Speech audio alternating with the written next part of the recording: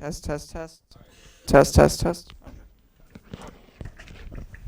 Shitty. Let me get this out of your way and let me get the fan in your way. Yeah, I don't have sound on the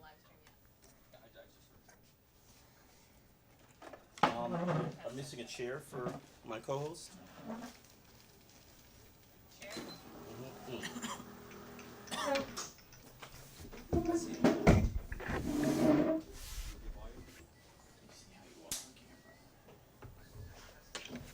Test, test, test. Here we go. Yes. Coming back in.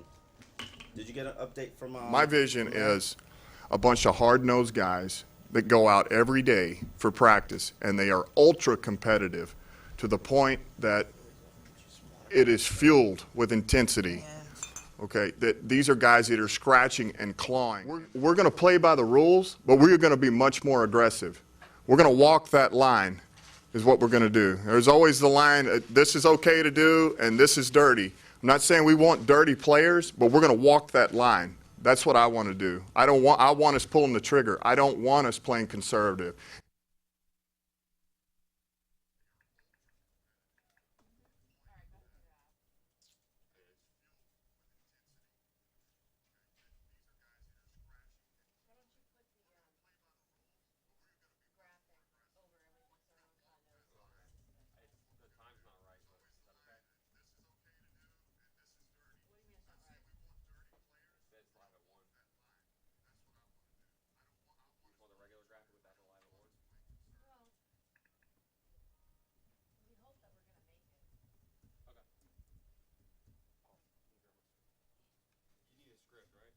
Yes.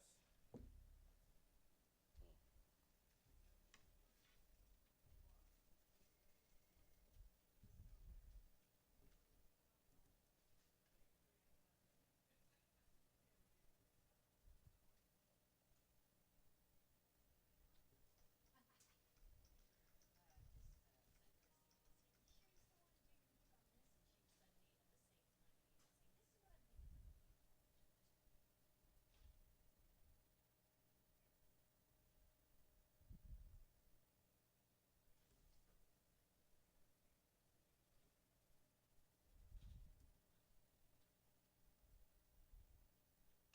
URL been sent to Adam?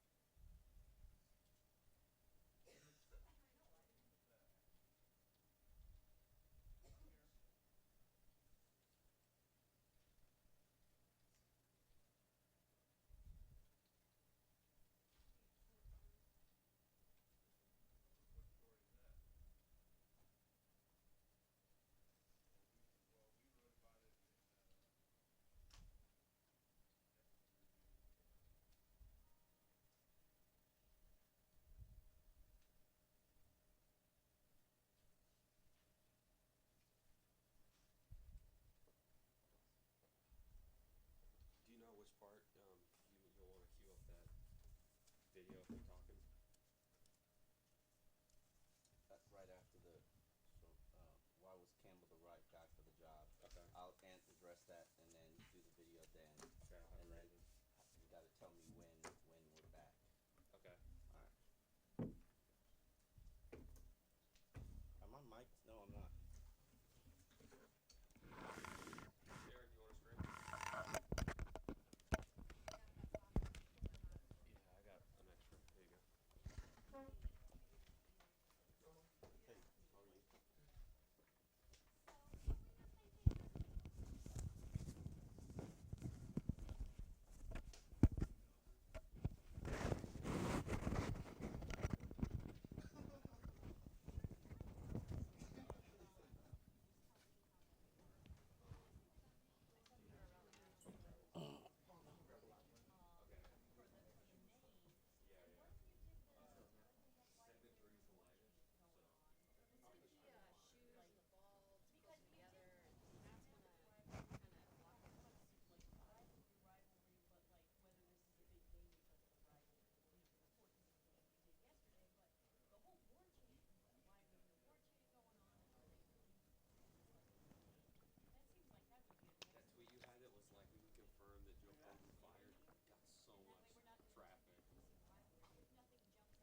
Wish it had a story attached to it, but it is what it is.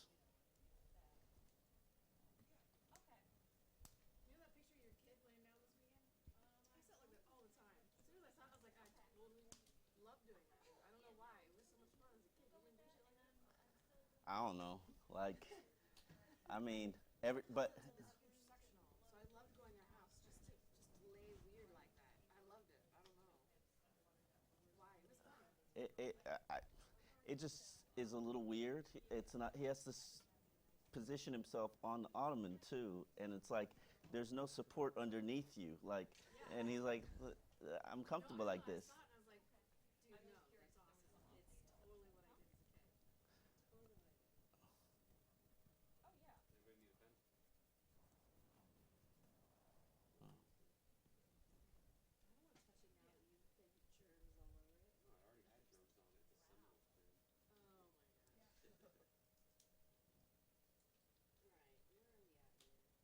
need a pen? I don't want to touch it now that you've got your germs all over it. No, I already had germs on it.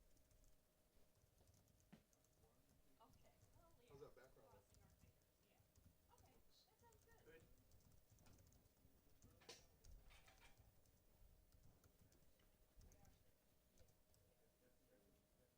Omar, you will probably be asked to move closer to Matt once he gets here.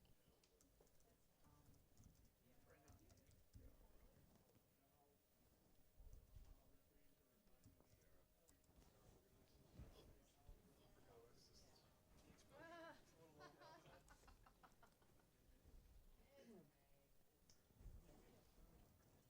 Do we need to go a little lower so we can even out? Or? I guess the lights are looking out. We don't Lower on the already. lower. No, the exposure. Oh. That's good, right? Yeah, this one's pretty. The matching between the outside and the inside. Okay. I guess it's this one. It's just that one spot over there. So I just put this one up to like 6. You know why? Too. The gain on this one is set to 12. See, as soon as you do that.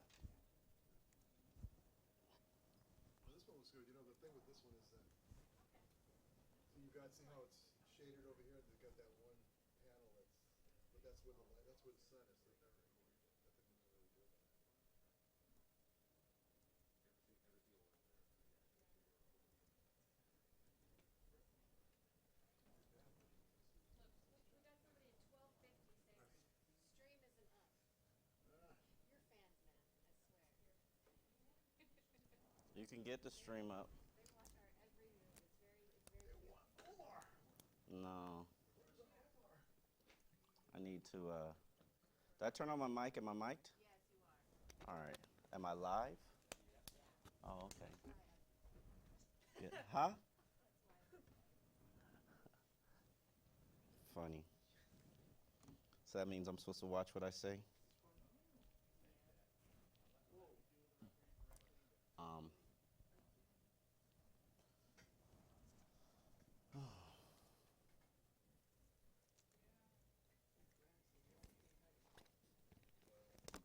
That's good. Yeah.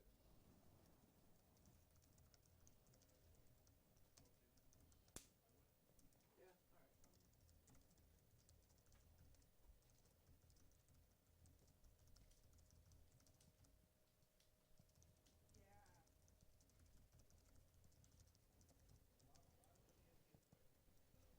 So we should be seeing more fights during training camp, huh? Yeah. These guys- Actually, yeah. Really bad. The funny thing is, they had some fights today. They did an Oklahoma drill, which I probably haven't seen the Oklahoma drill since Tony Sperano 2008 wanted to establish tough guy mentality. This guy is totally Bill Parcells planted. We're right back to Bill Parcells. Oklahoma is when you pit offensive player versus defensive player against one another, and they just collide, yeah. And collide, see who wins. It's about competition. It's way more physical than what football has become in the last 10 years, but it's football at its core, at its foundation, and tough teams do it. Well, that's the thing, right? They wanted less contact during Yeah, practice. they do.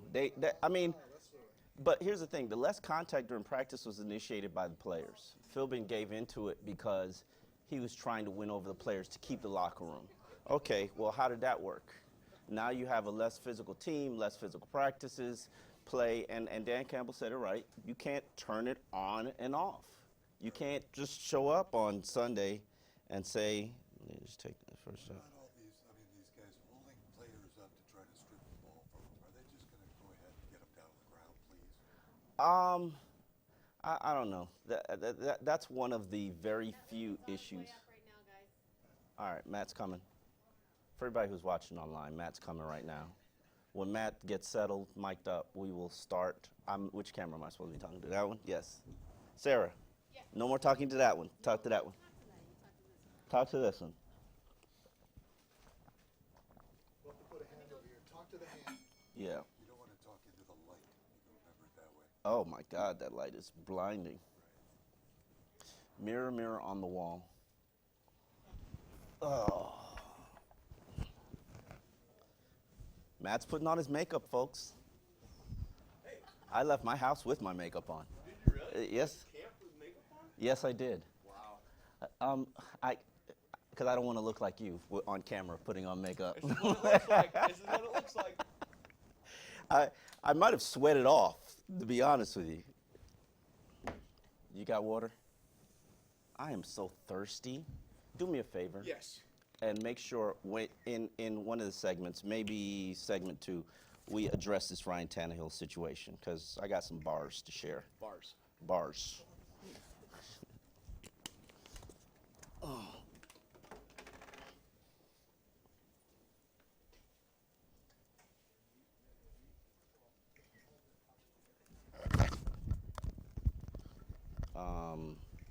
Yeah. Segment 1, segment 2. Okay, fixes. Phone is on silent. Hold on, I need to send out. Hey, we haven't done a picture in a while. Can you take a picture? All right. I need a picture. We haven't. It's been a while since we've taken a picture together, Matt. We don't have nearly enough. However, Horizontal, vertical, or I don't know. You tell me. horizontal looks Come better on. on Twitter. ready? It's a new beginning. New beginnings. There you go. All right. Oh, he just hit the table. Oh, That no. just throws Are we everything off. Stand up again. No. Okay. Check 1, 2. Welcome to Life Without Joe Philbin. Oh, man. New day, new day. Oh,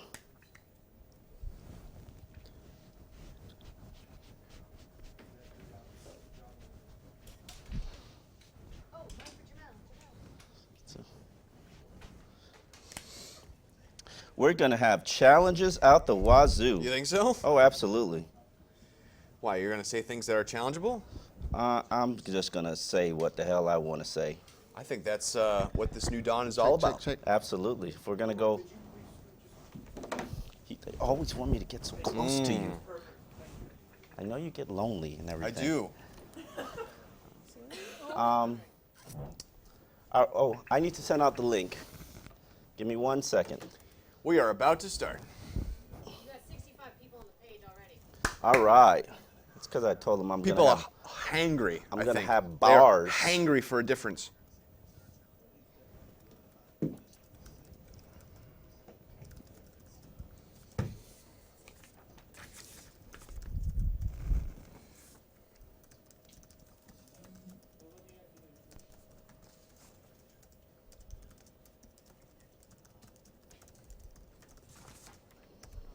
There's a great question that we are going to address. What is that? The Anthony Berardo, if you're on there waiting to hear your question. That is one we are definitely getting to Anthony today. Berardo. Okay. I like that one. All right. That's. Actually, you know you've got 2 Anthony Berardo questions on here. Do I? Yeah, you do. Anthony need a Berardo was pen. bringing it then. Yeah, but we're not asking both, are we? Okay, so kill one of them. We're gonna Which kill one? the first one. Check. 'Cause I like the 1, second 2, one. 3. Yes. You like the second one? I do. Okay. Okay. Yeah. All right, I can see. The first one is good too. First one's not bad. But it's so technical. I'm not even sure I know. don't think he knows. Yeah, I'd be making up the answer, to be honest with you. I know what I've been told. Only like 75% of the answers that you Yeah. usually come up with. I mean, hey, I told you, every single issue about this team, the week before it became the issue. That's Finesse true. team, lack of commitment to the run, Still need a pen? can't be. Nah, we're fine. I mean, Actually, yes, I would. Thank you very much. One Twitter question from a user. are we go? There's twice where you have 2 from the same person. He took one of them off. He took the first one off page 1. That's all right. We'll figure it out. And Fifth fan has 2 as well. Huh? All right. What'd you say? The pen. That's okay. That's all right. Just okay. You got 100 people waiting for you to start talking. Okay, because they want these bars. Hold on, I need to refill my water. I'm going to be thirsty from this show. All right, quiet on the set. Do I look good? Yeah.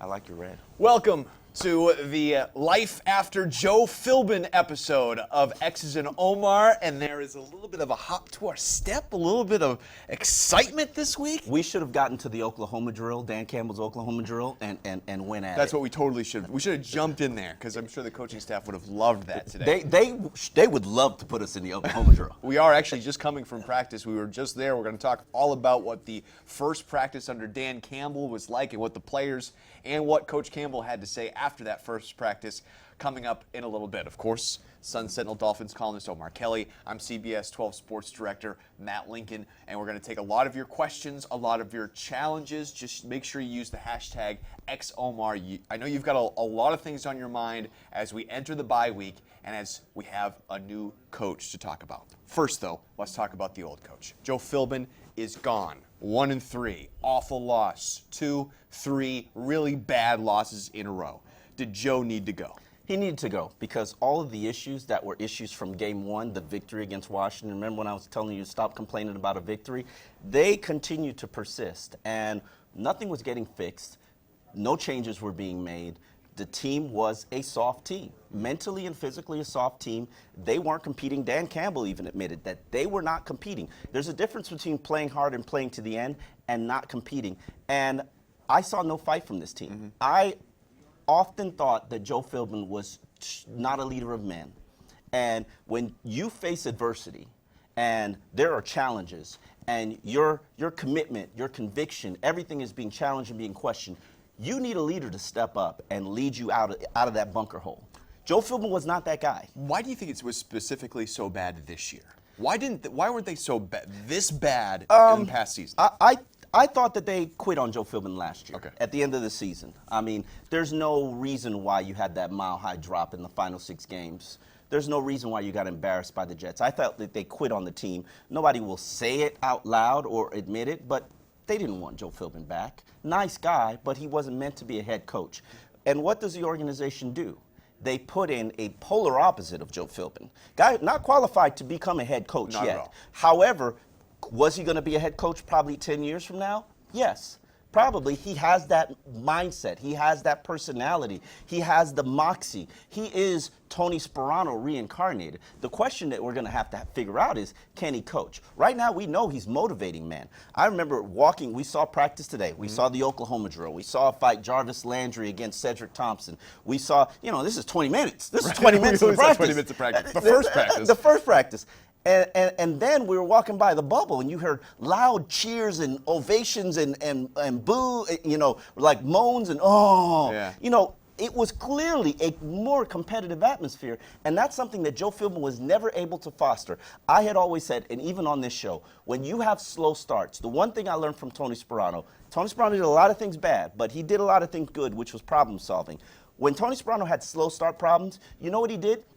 He changed the first period of practice into not going through the motions, which is what Joe Philbin's team would Always. do. He said, give me a competitive period right at the beginning of practice. 1-on-1s, 7-on-7s, 11-on-11s, right at the beginning of practice, and it started to help the team turn around. Joe Philbin never did anything. Right. Nothing. Now, one of the reasons why we talked last week that we didn't think a change could happen this week. Yeah. And that was because there wasn't an obvious person on the staff who could take over. So certainly Dan Campbell is not the obvious choice. However, I want to say this. Would you agree that it's a different set of characteristics that make a good coordinator, that make a good head coach? That so is true. why are we always looking at coordinators to be the next head coach? Because that's the next stepping stone for a coach. But it's a different set of skills. It is certainly a different set of skills, but ultimately I have to believe that you're going to make my team and players better. You're going to be able to problem solve when you're facing difficult situations like Joe Philbin was facing all season, 3rd and 2. What the hell to do? I run an end around. I run a jet sweep. I pass out of the shotgun, run out of the shotgun. You know, and not to throw shade at Joe Philbin, but when you're facing a difficult issue, a personality, an identity crisis, you've got to have somebody that you believe is going to have the problems and the solutions. Usually it's an offensive coordinator because he's worked his way up the league. He's figured it out. He's seen a lot of people make mistakes, have successes, and, you know, he did his time. Dan Campbell hasn't done his time. Right. You know, if you really look at, there were only 2 choices, and there was only one choice, which was Dan Rizzi, who's a special teams coordinator, because clearly you've got the offensive coordinator who's probably who should be fired. You got the defensive coordinator who should be fired. Who are you going to name head coach? Right. So Darren Rizzi was probably the only candidate. I understand why it was Dan Campbell. Dan Campbell is anointed by Bill Parcells. Dan Campbell is on the Bill Parcells tree. Mike Tannenbaum is on the Bill Parcells tree. Dan Campbell brings a lot of the Bill Parcells persona, in your face, gruff, aggressive style, which is exactly what this team's missing. And when you go through a situation where you have a Joe Philbin, I compare him to a saltine cracker without the salt, and you go the opposite spectrum, it just makes sense. Coaches always go the opposite spectrum. Management always goes, if we got a guy too passive, then we're going to get a guy too aggressive. If we got a guy too aggressive, then we're going to get the other way. Right. If we got a defensive coach, we're going to get an offensive coach. So this is what you see here. And that's the one thing that I would worry about with Campbell. We saw it on Monday night, the end of the Lions-Seahawks game. You know, there was a big rule change that people didn't really know that batting the ball out of bounds was a Dolphins rule. know. Dolphins know because they were victims of it against the Patriots a couple years ago. Well, Campbell's a guy, very smart guy, but to think that he knows every single little That's rule. what you have good staffs for. Well, you hope that he had. Are we sure this is a good staff that he has there with him? I used to think it was a good staff. I'm not sure about that anymore. Well, and he's still trying to figure it out, too. And that's the one thing. Kevin Coyle is still on the staff. I think he's going to be staying primarily because the defensive players have shown support to him. You know, as bad as the defense has played, and they have played bad, people got to realize the offense is playing worse. The offense has to give the defense some help. Now, certainly the defense has to give the offense some help, but you're scoring 14 points a game. You can't win in the NFL scoring 14 points a game. And it doesn't make a lot of sense to bring someone from the outside to take over this defense when they don't know the guys. You got to turn it over. I don't even know who you can promote from inside. And I don't know. And we're in the same problem that we were talking about with the head coach. Who are you going to promote? And Absolutely. I think that, and you know, for what it's worth, Campbell doesn't really know anything about defense. So it's not really like he can have some sort of really knowledgeable input there. So he's got to sort of have to rely on Coyle unless he thinks there's someone in-house that can do it better. Definitely. Let's take some of these questions. Okay, let's move on, and we'll start off by taking one of our Twitter questions. At Biggest Hobbit, how have your expectations for the Dolphins' 2015 season changed in the last 24 hours? I think I'm no longer expecting a 10-win team. I thought they had the potential and talent to be a 10-win team. Clearly, I was wrong. 9-3, they can't make it. That's what they'd have to finish Yeah, to get to 10 I wins. think realistically, a 500 season, I know Dolphin fans are going, oh, another 500 season is a realistic goal. You win 7 of your final 12 games. I need this team to start playing up to their talent level. I don't know how they're going to get there. I don't know what they're going to do to get there. Dan Campbell thinks they're going to be tough, and just because you say you're going to be tough, it's instantly going to happen. But they need to play with some aggression. They need to play with some fight. Hopefully this coach can inject it, but I realistically think that maybe 8 wins is a possibility for the Dolphins. Do we believe Mike Tannenbaum when he says that there's a chance Campbell could keep this job? Absolutely. Everybody who, let's say Dan Campbell goes out and he wins 8 of his final 12 games. That's pretty enough. good. That's enough. The problem, they gave Todd Bowles serious consideration when he was up for the job with Joe Philbin. And primarily because he had done so well. Not enough consideration. Not enough consideration. The only problem was you couldn't sell him to the fan base. Here's the situation with Dan Campbell. If Dan Campbell can win over the team, win over the fans, win over the media, and he's already starting on you. I see that. I see that already. Yeah, a little bit. He's entertaining. I got to admit, he's entertaining. Now, can he coach? You know, if he can do all those things, he could definitely help his cause. But you got to win. You got to win. I have a short memory. Was just being Aaron Rodgers' offensive coordinator enough to sell Dolphins fans on Joe Philbin? Yes. Was that enough? That was enough. Absolutely. Okay. And winning a championship with Green Bay, that was enough. All right. Let's take our next Twitter question. At PanCanFinFan. Is this just the beginning of another rebuild in Miami? Mike Tannenbaum would like to tell you that it's not, but you're going to need to rebuild your offensive line. You're going to need to rebuild your defensive line. You're going to need to rebuild your linebacking core. Probably going to need to rebuild your secondary. Sounds like a rebuild to me. All right. Let's. I don't really want to dive more into this 27-14 loss in London, but let's do it anyway. Okay. Let's take some of these issues one by one. How does the offensive line get fixed going forward? You need to shake up and make some changes on the interior of that line. I know that Mike Pouncey wants to play center. I just don't think that it is the best for the Miami Dolphins. Mike Pouncey needs to be at the point of attack, taking on a defensive tackle, not helping with a defensive tackle. I would personally, move Mike Pouncey to guard and start another center, maybe sign Samson Satelli. They're not going to do that. Now, that's what I would do. What they can do is give Billy Turner, Sam Brenner an opportunity to move into that starting rotation. Dallas Thomas and Jamil Douglas are both struggling. They're both 2 of the worst performing guards in the NFL right now. And while they're not struggling tremendously all game, there are 5 to 6 plays a game where the issues rear its ugly head. Dolphins still can't run the ball consistently. That has a lot to do with your guard play. Your guard play has to get better. And the only way that I can see that happening is a shakeup. Speaking of that running game, yes. Is this on Laser, the fact that they can't run the ball? Oh. Or do you not blame Laser and say, hey, we can't run the ball, we got to chuck it? Here's where my thinking is with what's going on with the Dolphins' rushing attack. You know who is the 2 worst rushing teams in the NFL right now? The Dolphins and the Philadelphia Eagles. Okay. Do they run the same offense? Yeah, they do. I think that teams have begun to catch up to this spread offense, this read option approach, and run pass. Obviously, Tannehill running is not much of an element in the offense right now. 3.4 yards per carry. Lamar Miller, I don't think they stay with him enough, but now he's averaging 3.5 yards per carry. He was having one of the highest yards per carry average last year. That run for 1,099 yards last season. All of a sudden, he just didn't become a crumb. Right. I think that it's a lack of a commitment to a run game. I think the offensive line needs to begin to cut block a lot more. They do it sometimes, but very minimally.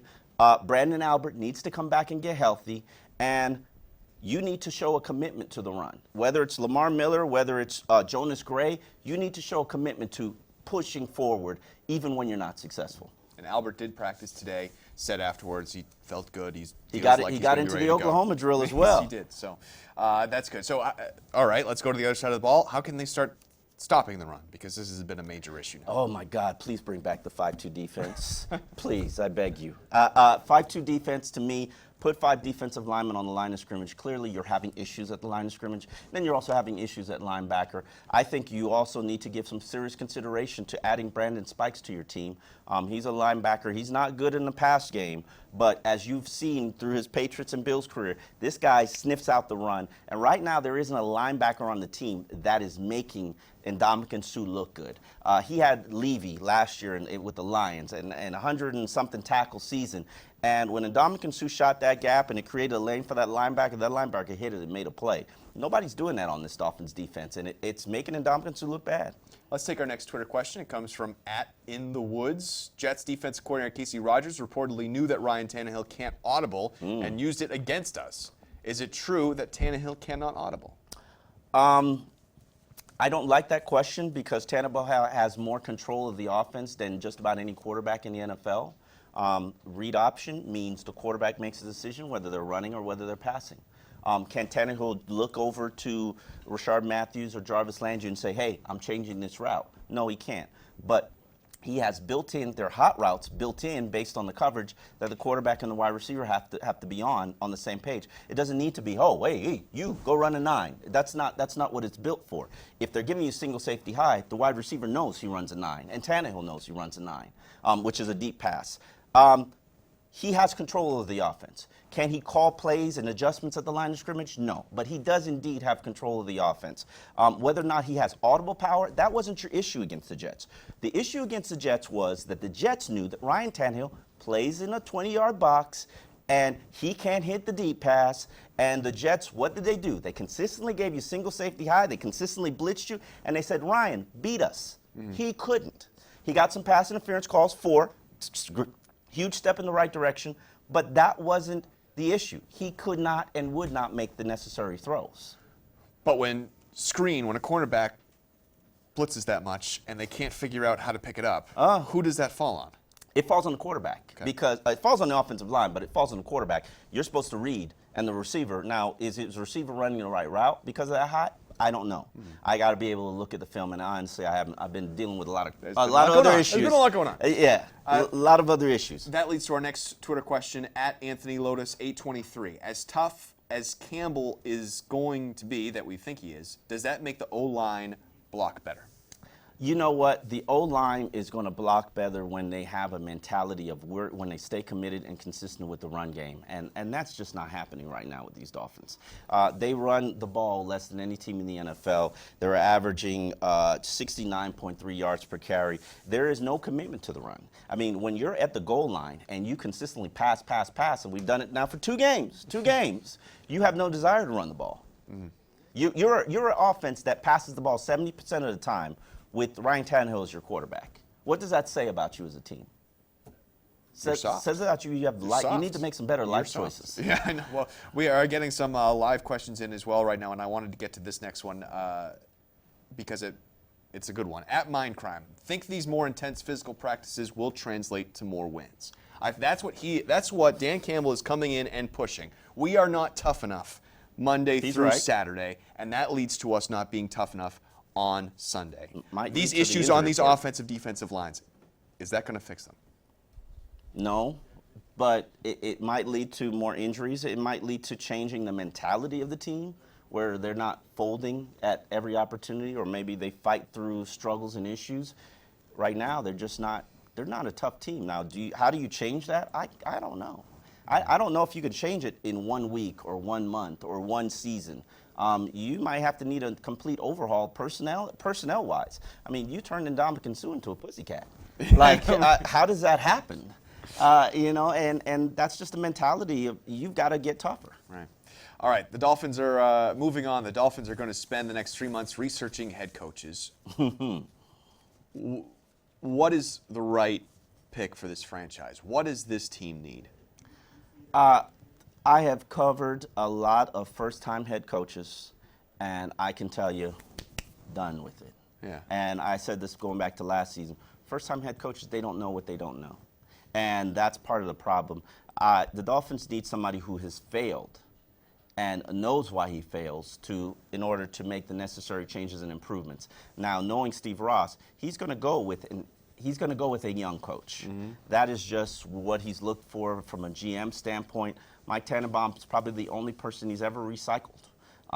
And he had to have his arm twisted on that because he wouldn't let Mike Tannenbaum be in the mix for GM consideration. Then they brought him in as a consultant, and they said, hey, see all this stuff that Mike Tannenbaum did? You see, he could probably run your organization pretty well. And he was like, all right, okay. And while that has some validity to it, Steve Ross wants somebody new, young, fresh, energetic. And that, to me, is probably going to be the next Dan Quinn, whoever that is in the league. Dan Quinn, strangely enough, if the Dolphins, let's say, had fired Joe Philbin at the end of 2014, you probably would have had a run at Rex Ryan. Right. You probably would have had a run at Dan Quinn. You probably would have had a run at, maybe you could have pursued Harbaugh.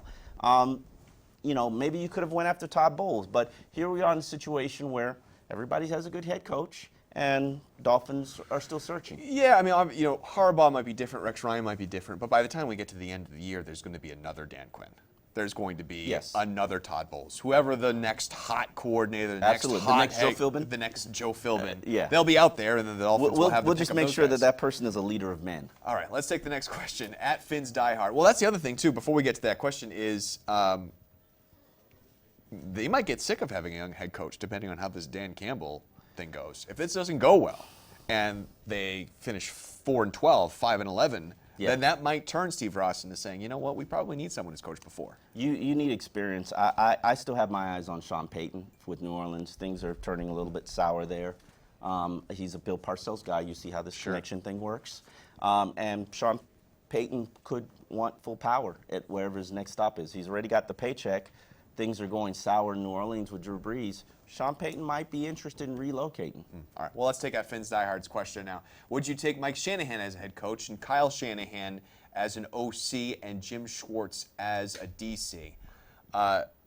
Or even just Shanahan as a head or Kyle Shanahan as a head coach? I don't object to Mike Shanahan as a head coach. I'm not into the nepotism thing. What has Kyle Shanahan done to deserve a head coaching job? Well, and they weren't great together in Washington. They weren't great together in Washington. I think a lot of that has to do with RG3, the owner situation. Turned bad. Mike Shanahan's a proven coach. Obviously, things turned sour in Washington. A lot of who did it work out well for in Washington in general? Well. Now, I'm not saying that Mike Shanahan should be the coach, but I'm also not saying that Jim Schwartz should be the coach. What did he do in Detroit? Nothing. And they got better when he was removed from the situation. Detroit wasn't a good team under Jim Schwartz. No. And what has he done to deserve another head coaching opportunity? Burned bridges in a lot of different places. Definitely. And just because he's coached Ndamukong Suh before and he's got the best out of Ndamukong Suh means that no, he's actually he coaching? didn't. Ndamukong Suh didn't have some of his better years. Ndamukong Suh's best year was last year under Jim Caldwell. Oh, there you go. Okay, fair enough. That was coming out of nowhere. Ruffridge Mel, how are you? I'm well, sir. Can you explain the batted ball in the end zone rule for us? No. Okay, no, great. All right, well, just give us our challenge then. Okay, so this challenge comes from James Andretti. He says, the personnel is not finesse. Look at Sue, Pouncey, Jones. The scheme is so maybe Campbell can make this a hard-nosed team. I agree that there are some players who are dogs that are on the team. And when I say dogs, I mean guys who are bulldogs, have the mentality of they want to bite first. Problem is under Joe Philbin that you spent so much time caging dogs and banishing dogs. Neutering them. Yes. Yeah. Now you let the mean pit bull out of the cage. Well, you beat him enough. Is he really going to go out there and bite? And I really wonder about that. I also wonder about management. How much are they pushing their, let's not pretend like they didn't promote Dan Campbell because they can push him around and keep their finger on him and tell him to play who they want to play. Yeah. That's a situation. And there's some young players that need to sit down, take a seat, because they're not performing up to the level that they should. And then the other players should have the opportunity to go out there and play. Michael Thomas should be playing. Chris McCain should be playing. A.J. Francis should be playing. Who should not be playing? The players, Walt Aikens, I mean, he's clearly struggled. So that's an issue that the Dolphins definitely have to address. Speaking of addressing, I certainly want to address this Ryan Tannehill situation. Yes, let's talk about that because Tannehill addressed it today, too. Yes, Tannehill addressed it today. And I'm one of two reporters that have reported that Ryan Tannehill has had a beef with the Miami Dolphins defense, primarily from scout team practice on Saturday in London. Ryan Tannehill said some derogatory comments. He initially, when I first reported a story, Ryan Tannehill, they claimed that story didn't exist. This beef didn't exist. Then the beef, okay, it does exist. Then story changed like, well, Ryan didn't say anything derogatory to anybody. Okay, then it changed that, oh, well, Ryan might have said this, which was that he, what did he say he did say? He said he said that he didn't say anything about the paychecks. Okay. But that is not something that he would say. Okay, I agree that my thought is that his personality would not say that. Yeah, However, I never heard anything about practice squad trophies. Yeah. What I heard from 3 different players was that he said to specific individuals that enjoy your practice squad paychecks. Okay. So You can say that you didn't say it, but you know what? A lot of things, I've covered the NFL for 8 years. I've been a professional for 15 years. The one thing that you're not going to do is challenge my credibility. There's one time that ever at Sentinel that I've had a story wrong, and it was because I called a player who was arrested, who was named Des Bryant, the Dallas Cowboys Des Bryant, when he was actually the Cleveland Browns Des Bryant. And that's it. I've never been a muckraker. I've never been somebody who wants to stir things up to create attention and drama. That's not my MO. And so, to me, this isn't a big deal and a big issue. It's not a big deal either. It's not a big deal. Ryan and a big seemed issue. to feel like it was today. Okay, well, probably because he had some tension related to the fact that he was going to get his head coach fired if he didn't perform well enough. Right. And it led him to say things that he shouldn't have said. But here's the one thing. While you might want to cover it up, Dolphins, and you might want to protect Ryan's image because that's important, especially when he's the face and the salesman of the organization, let's not pretend like the defense didn't know what happened. Well, and to me, in the whole situation, when I first heard the story, the biggest issue, it looks bad on Philbin, is the fact that Philbin took the side of his quarterback rather than saying, you know what, we need these scout players working hard. The Dolphins organization will defend Ryan Tannehill till the end of time. Okay. And I saw it because they did it to Chad Henne. Yeah. No matter how he plays, no matter what he does, because he's the face of the franchise, they will defend him till the end of time. And while you might be able to bury the story, and I personally don't care either way. If he said it, I don't care. Certainly that is a knock on his character if he did say it. I would have never, ever thought that those words would have come out of Ryan Tannehill's mouth. But trust me, they did. Well, you know, talking smack player to player to me is not bad. Absolutely. No, I don't have an issue with it. But when you are a head coach and you tell your scout team players, I need you to stop working so hard. I need you to stop trying because that was the biggest issue to me in terms of. That's the problem. Philbin looks bad. Yeah, and from what I've heard, they haven't practiced well in quite a while. And then you wonder why they are having the results that they're having on the field. Yeah, that changed, I think, today. Campbell said he really liked practice, said that there was more hits, said it was a violent practice, said that, you know, there wasn't X's and O's. It was all about just guys being primates out there. That is exactly what he said. And he said that's why they wear the pads, is to go out there and hit. And we got to figure out how to use them again. That because can only last so long, especially when you don't get results. Well, we'll see what happens. Not this weekend, because thankfully it's a bye. We'll talk more about Dolphins getting ready for the Titans coming up next week on X's and Omar. Thanks for watching.